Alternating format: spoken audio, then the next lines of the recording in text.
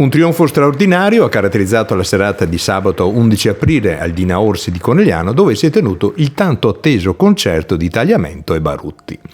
L'evento ha attirato un interesse molto forte non solo del pubblico locale, ma anche da appassionati provenienti da altre zone, generando una vera e propria corsa alla prenotazione. Le richieste di partecipazione hanno superato ogni previsione, raggiungendo quota 600, ben oltre la capienza disponibile della sala, che conta circa 400 posti.